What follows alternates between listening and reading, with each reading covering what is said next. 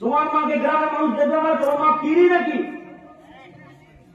তোমার মাকে গ্রামের মানুষ দেখবে মানে কি দেখাতে যাচ্ছ তুমি? তোমার বোন বাড়িতেই থাকবে, তোমার মায়ের ফুচকা খাওয়ার প্রয়োজন তুমি ফুচকা নেবে, তোমার মায়ের ঝুড়ি জিলাপি খাওয়ার প্রয়োজন তুমি ঝুড়ি জিলাপি কিনে নেবে, তোমার স্ত্রীর টিকিয়া প্রয়োজন তুমি টিকিয়া ঝুড়ি জিলাপি নেবে। তোমার স্ত্রী বাজারে কেন? তোমার স্ত্রী বাজারে যাবে না, তোমাকেই বাজার থেকে ঝুড়ি জিলাপি ঠিক কিনে দিতে হবে। যা যাবতীয় যা জিনিস খেতে চায় সেই জিনিস তোমাকে দিতে তোমার স্ত্রী যাবে না, তোমার মা যাবে না। তোমার মা আজকেও ঝুড়ি জিলাপি তোমার আড্ডা মাঝে পড়ো, তোমার বাপ কি হিসাবে কেমন তোমার দেয়?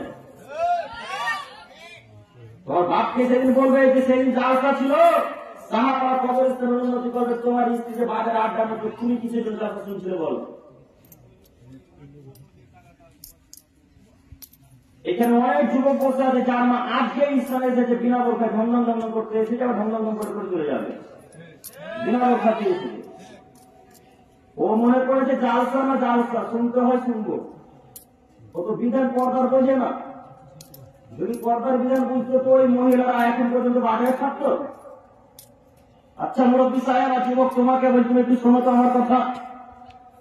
তুমি বিবাহ করে নিয়ে এসেছো ওই বিমান কি দেখেন মন্ডল বন্দর সোনা মসজিদ থেকে, তুমি সোনা মসজিদ থেকে তোমাদের সাহাপাড়াতে বিবাহ করে নিয়ে এসেছো, তুমি 10,000 টাকা মোহরাদায় করেছো। কত? 10,000 টাকা। আচ্ছা 20,000 হলো, তো 20,000 টাকা মোহরানা আদায় করে তুমি তোমার স্ত্রীকে সাহাপাড়াতে নিয়ে এসেছো, তো ওই স্ত্রীর হক তুমি আদায় করবে না তোমার চাচাতো ভাই? তুমি তো তোমার স্ত্রীকে সারা গ্রামের মানুষ, সারা পৃথিবীর মানুষ, সাহাপাড়া প্রত্যেকটা মানুষ দেখছে, তোমার খারাপ লাগে না? তোমার হায়া হয় না? তোমার ইজ্জত নেই, তোমার বোধগম্য নেই, তোমার লজ্জাবোধ করা উচিত, তোমার ইজ্জত করা উচিত, তোমার হায়াবোধ করা উচিত, তোমার লজ্জাবোধ থাকা উচিত। আমি বিবাহ করে মোহরানা আদায় করেছি 20,000 টাকা, আমি এর হক আদায় করবো, আমার চাচাতো ভাই হক আদায় করবে না, আমার খালাতো ভাইকে দেখবো না, গ্রামের মানুষকে দেখবে না। আমি বিবাহ করেছি তো আমি দেখবো, এটা আল্লাহ বলছেন। তাই আল্লাহ তাআলা বলছেন পৃথিবীর নারীগণ, তোমরা জাহিলিয়াতের যুগের মতো, বর্বরত যুগের মতো, অসভ্য যুগের মতো, বেহায়ার মতো তোমরা নিজেদেরকে প্রদর্শনীতে রাস্তায় চলাচল করো না। তোমরা বেহায়া যুগের মতো, নির্লজ্জতা যুগের মতো, বেহায়া নারীদের মতো তোমরা ওই রাস্তায় চলাচল করো না। বলুন আপনার স্ত্রী আজকে যে বেহায়া লজ্জায় চলাচল করছে, আপনার স্ত্রী কি জাহিলিয়াতের মেয়ে? আপনার স্ত্রী কি হিন্দুর মেয়ে? আপনার স্ত্রী কি খ্রিস্টানের মেয়ে? আপনার স্ত্রী কি ইহুদিদের মেয়ে? ওটা মুসলিম পরিবারে জন্মগ্রহণ করা একজন নারী, ওটা আপনার স্ত্রী, ওটা আব্দুর রহমান আব্দুল করিমের স্ত্রী। ও কেন বাজারে? ওকে ঝুড়ি জিলাপি দোকানে, ও বাজারে যাবে না। আমি ঝুড়ি জিলাপি কিনে নেবো, আমার স্ত্রী বাজারে যাবে না। তো বড় যুবক, তোমার স্ত্রী বিবাহ করেছে তুমি, তো তোমার স্ত্রী কেন বাইরে পুকুরে গোসল করে খোলামেলা জায়গায় গোসল করবে কেন? তোমার স্ত্রী টিউবওয়েলে উলঙ্গ হয়ে রাস্তাঘাটে থালা বাসন মাজে, তোমার স্ত্রী থালা বাসন মাজবে কেন? তোমার স্ত্রী উলঙ্গ রাস্তাঘাটে টিউবওয়েলে গোসল করবে কেন? তুমি কি করো? তোমার বাপ মারা গেছে নাকি? বাড়িতে একটা তুমি বাথরুম বাইরে তৈরি করতে পারো না?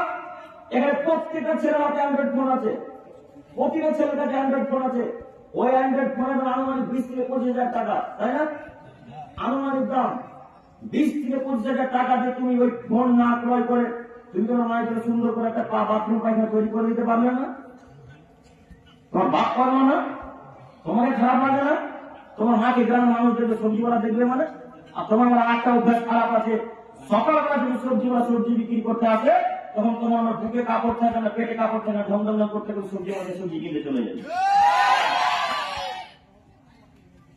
তোমার বাপ কি করে? অথচ তোমার বাপ চেয়ার নিয়ে বসে থাকে। তোমার বাপ তোমার তোমার মাকে বলে, রহিমা আলু সবজিটা নিয়ে আসিস রে।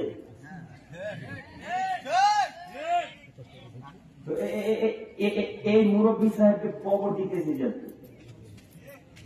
কি করে? ও বেঁচে থাকা অবস্থায় কেন যাবো ওর স্ত্রী সবজিওয়ালার কাছে?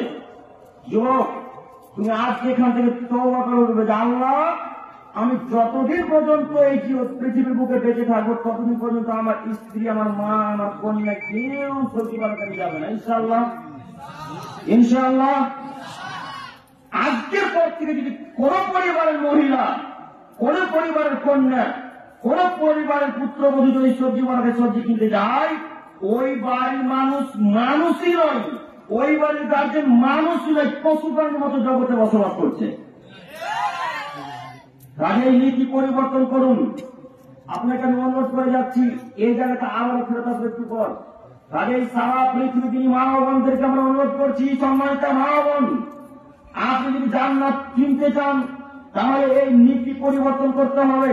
স্বামীর কথাকে অক্ষর অক্ষরে মেনে, কর্তার বিধানকে মেনে নিয়ে অচত্র সলা আদায় করে পুরো